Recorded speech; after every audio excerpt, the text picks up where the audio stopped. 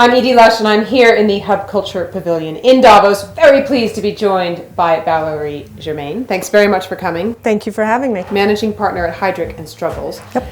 Now, Davos, we're down from 17% women participants to 15%. How does that make you feel? Certainly in the minority. Certainly in the minority. And given that it was 17% last year and 17% the year before, that's a pretty big shift in terms of what the demographics are doing. And certainly from the forum's perspective, because we do a lot of partnering with the forum around diversity, around gender diversity, certainly that is not the direction that they want to go in. So when you're out advising companies, why is it important to have women on boards, for example, or in the executive leadership team? So there's been so much research on this, and the statistics are really, really clear. And there's been research that's been done on boards all over the world, public boards, private boards. Boards that have a greater proportion of diversity, executive teams that have a greater proportion of diversity, those companies over the long term outperform those that may be more typical in terms of the demographic. So how do you get there? Do you put in quotas? What do you do? A lot of this, what we found from our client perspective, is a lot of this has to do with CEOs or boards understanding that they need to embrace this. This isn't about a quota. It's not about a statistic. It's about a disruptor. It's about a new way of thinking.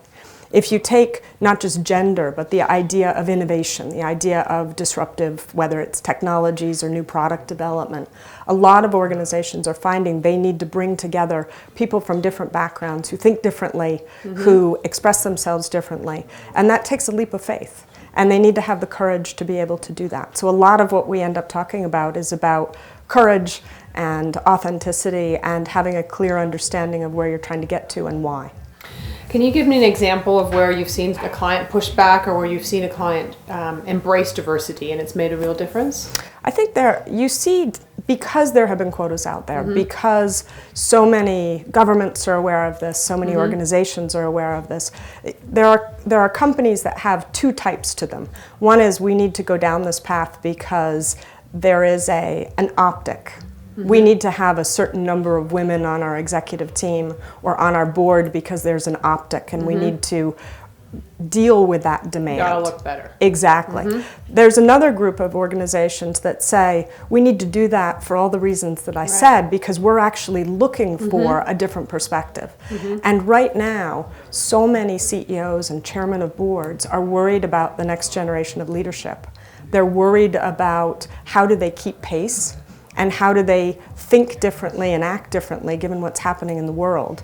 And that demands a different kind of background, which can, in some cases, be personified in gender.